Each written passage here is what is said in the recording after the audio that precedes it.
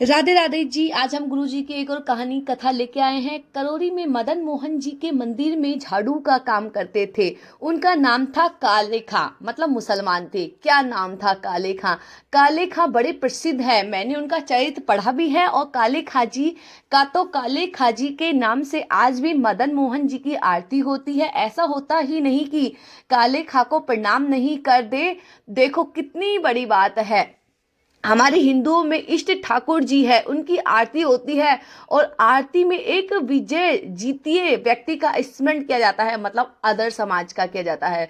तब आरती संपन्न होती है। श्री मदन मोहन लाल जी की तो काले खां जो वे झाड़ू का काम करते थे मंदिर में अपना घर चलाने के लिए, उन्होंने ये कार्य स्वीकार किया।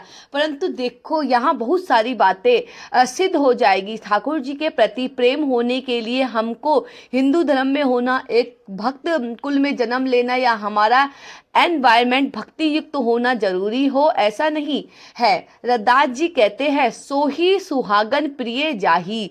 रीझ भक्ति वही कर सकता है जिससे ठाकुर जी रीझे हो। इसलिए अपने लिए ताली बजा लेना कि हम लोग कथा सुन रहे हैं, इसका मतलब है कि ठाकुर जी हमसे आप अपनी इच्छा से सुन ही नहीं सकते, अपनी इच्छा से सुना ही नहीं सकता। यदि मैं बिहारी जी जा रहा हूँ, मैं कथा में आ रहा हूँ, मैं वृंदावन जा रहा हूँ, तो इसका मतलब यह बात निश्चित है कि ठाकुर जी मुझसे प्रीति करते हैं। इसलिए संभव है कि वह नाराज हो जाए तो हमारी मजाल क्या जो हम अपने बिस्तर से उठकर और कहीं नादो करके बिहारी जी भी चले जाए। नहीं जा सकते। वो अपनी महफिल में हमको दाखिल कर लेते हैं, अपनी आंखों के आगे हमको खड़ा कर लेते हैं। इसका मतलब वो भी हमको देखना चाहते हैं। इसलिए तो काले खां एक विजातीय व्यक्ति, हिंदू हिंदू भी नहीं था, केवल अपने घर को चलाने के लिए झाड़ू का काम करता था मंदिर के पास। इसी बहाने उसको कभी कभी मदन मोहन जी दिख जाते थे। अब देखते देखते झाड़ू लगाते लगाते अब उसकी आदत में आ गया कि अब वह बिना श्याम सुंदर को देखे रह नहीं पाता। आहा, रोज मंदिर में जाता, झाड़ू लगाता, पीछे सीढ़ियों पर खड़ा हो जाता। अंदर तो जाने की उसकी अनुमति नहीं थी। तो वहीं से भीड़ में जब इधर उधर होती थी तो बीच में से थोड़ी सी झांकी श्री मदन मोहन जी को उसको दिख जाती थी। मानो उसका ऐसा लगता था उसका हृदय परम हो गया हो, परम आनंदित हो गया हो। धीरे धीरे भक्ति प्रस्तुत प्रशीभूत होने लगी हृदय में। अब तो यह स्थिति हो गई कि मंगला में पहुंच जाता और मन और सन करके घर आता वापस। और इसके परिणाम ये हुआ कि पत्नी जो भी काले खां कि वह बड़ी बरसती थी। परिवार के लोग उसको काफिर बोलते थे। बोले, बताओ जन्मा हमारे कुल में, अभी खुदा को तो याद करता नहीं, पत्थर पूजने चला जाता है। इस प्रकार की बातें बोलते, लेकिन उसको किसी की कोई बात का फर्क नहीं पड़ता। तो वो तो आनंदित हो गया। जब उसकी पत्नी उससे बिल्कुल विपरीत होती चली गई तो वह तो और खुश हो गया। बोले, बढ़िया है, जो बीच में दोपहर में भोजन करने घर जाता था उसका भी मन नहीं करता था। मेरा क्यों चिक चिक करेगी, लड़ेगी मुझसे, इसे बढ़िया मंदिर में पड़े रहो। अच्छा एक बात कहें, मैं अपनी कथा में कहा करता हूँ, हमारे संबंधी यदि अनुकूल हो तो यह बिहारी जी की कृपा, लेकिन हमारे संबंधी यदि प्रतिकूल हो तो समझो बिहारी जी डबल कृपा है। कथा में 3 प्रकार के लोग आते हैं। पहले इक्षु, दूसरे आमंत्रित जिनको निमंत्रण आमंत्रण भेजा गया है, तीसरा जो घर परिवार और संसार से दुखी है। 3 प्रकार के लोग कथा में आते हैं। यहाँ हो सकता है एक आध लोग ऐसे बैठे हो जो घर जाएंगे तो क्या कुछ नहीं, सब लड़ेंगे झगड़ेंगे पीछे पड़ेंगे। इससे बड़े बढ़िया कथा में बैठे रहो। तो मंदिर कथाओं में जाने वाले 3 प्रकार के लोग होते हैं, इच्छुक भक्त, आमंत्रित और दुखी दुखिया। रे बेचारे तो काले खां को तो और अच्छा लगता। पत्नी बिचारी ऐसी विमुख हो गई, अब तो वह पूरा दिन ही मंदिर से में निकालता। लेकिन काले खां के व्यवहार धर्म में एक पीड़ा थी कि उनको कोई संतान नहीं। घर परिवार में लोग सब उनको बहुत डांटते थे। बोले, तू खुदा को बच्चा कर वह तुझको संतान देंगे, अब वह तेरे को बेटा देंगे, तू किसको भजने चला जाता है, खुदा को पुकारता ही नहीं, इसलिए तो तेरे बालक नहीं हो रहा। अब तो रोज ही कि इतनी चिकचिक हो गई कि काले खा एक दिन मंदिर गया, मदन मोहन जी का श्रृंगार दर्शन कर रहा था। दूर खड़े खड़े बोले, हे मदन मोहन लाल जी, मुझे पुत्र की कामना नहीं है, मुझे संतान की कामना नहीं है, पर आपकी भक्ति करने में, आपसे प्रेम करने में बाधा बनती है।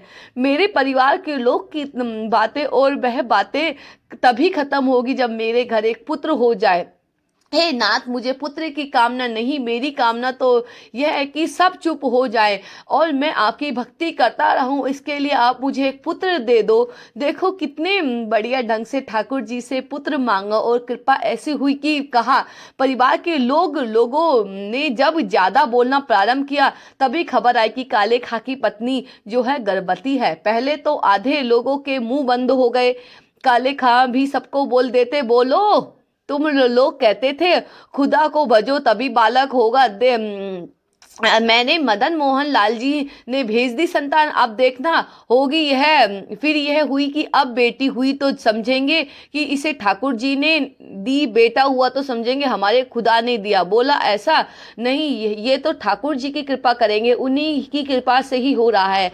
खुश इसलिए नहीं कि पुत्र हुआ, इसलिए कि अब सबके मुंह बंद हो गए, अब मुझसे कोई कुछ नहीं कहेगा। अब मैं निरंतर मदन मोहन जी का खूब दर्शन किया करूंगा। लेकिन हमारे ठाकुर जी सीधी सीधी जीवन जिए, कोई इससे ठाकुर जी को आनंद नहीं आता। हम बिहारी जी बड़े चतुर है, खुद टेढ़े है, तो इसलिए भक्तों का जीवन टेढ़ा मेढ़ा ही कर दे। यह बात सब आप सबने अनुभव की होगी। जीवन में अगर 10-15 दिन बड़े खुशी खुशी निकल जाए तो चिंता और बन जाती है, पता नहीं क्या होने वाला है। 10 दिन से कुछ हुआ नहीं, मेरे साथ निश्चित कुछ होगा।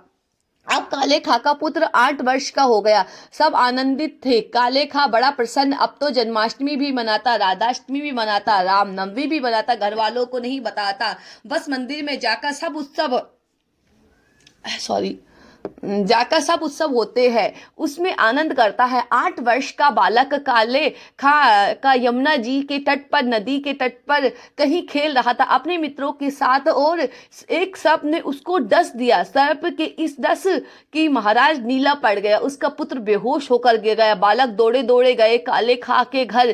काले खा तो मंदिर में था, उसकी पत्नी को जाकर बताया। पत्नी रोते रोते मंदिर पहुंची, जाकर के बोली जल्दी चलो, हमारे बेटे को सर्प ने डस लिया, वो तो यमुना वो नहीं, नदी के तट पर बेहोश पड़ा है।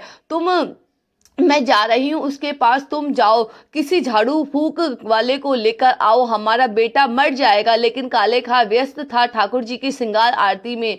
श्रृंगार आरती हो रही थी, पत्नी इतना बोलकर लौटने लगी। लौट करके उसने पीछे देखा कि आए कि नहीं, तो देखा काले खा तो ठाकुर जी को ही देख रहा था। पत्नी जाकर के बरसने लगी, बोले तुमको भी यही दिख रहे हैं, हमारा बेटा मरने वाला है, देरी करोगे, कोई झाड़ू फूक वाला नहीं पहुंचा तो उसकी मृत्यु हो जाएगी। लेकिन काले खा तो अभी भी मदन मोहन जी को ही देख रहा था।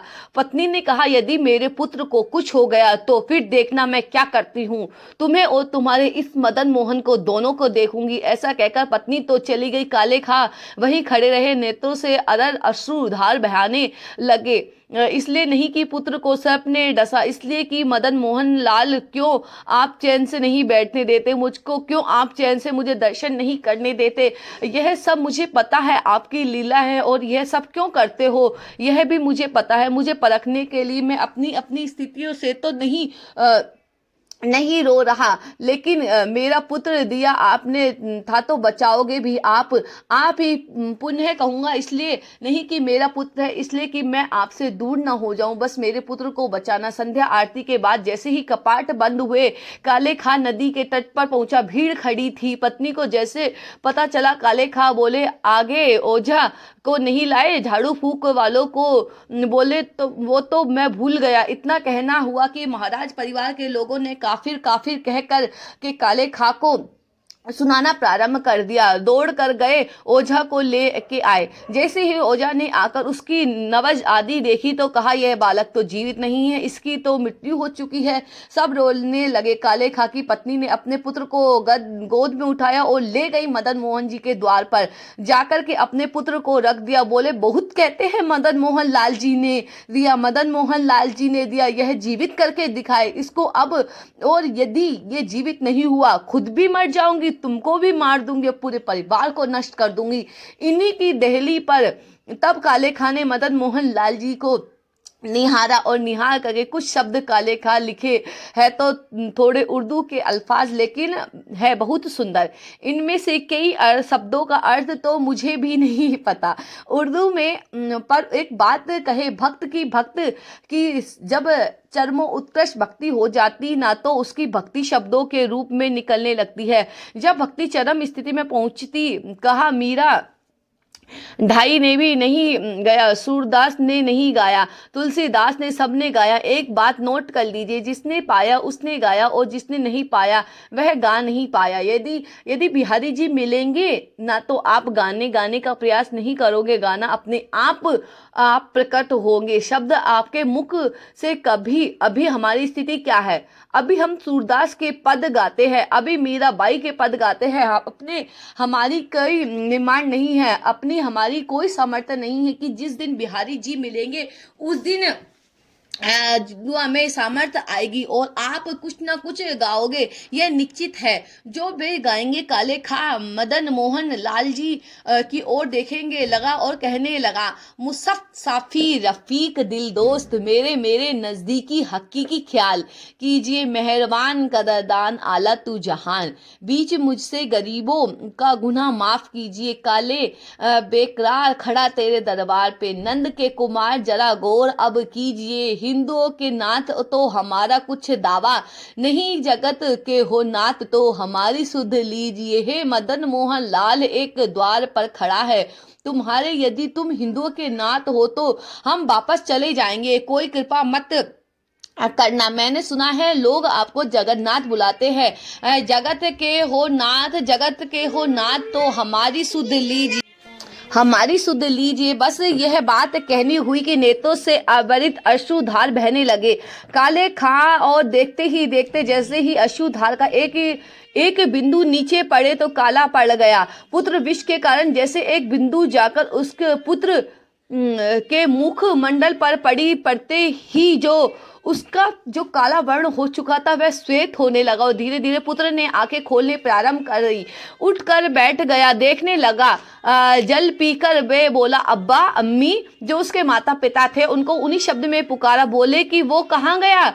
बोले, कौन? अरे अभी जो यहाँ खड़ा था मेरे सामने छोटा सा बालक था, मैंने जैसा ही सांवला उसका वर्ण था, मोर मुकुट पहनी हुई थी, बहुत सुंदर उसकी मुस्कान, उसके ऐसे सुंदर नेत्र थे, वो मेरा सखा है, वो मेरे गले में। और यह भाव देखते ही वहां खड़े जितने लोग थे सबने मदन मोहन लाल जी को दंडवत प्रणाम किया। वह सब समझ गए। बोले कि किसने की है कृपा, हमको पता है, तब से लेकर आज तक श्री मदन मोहन लाल जी की आरती होती है।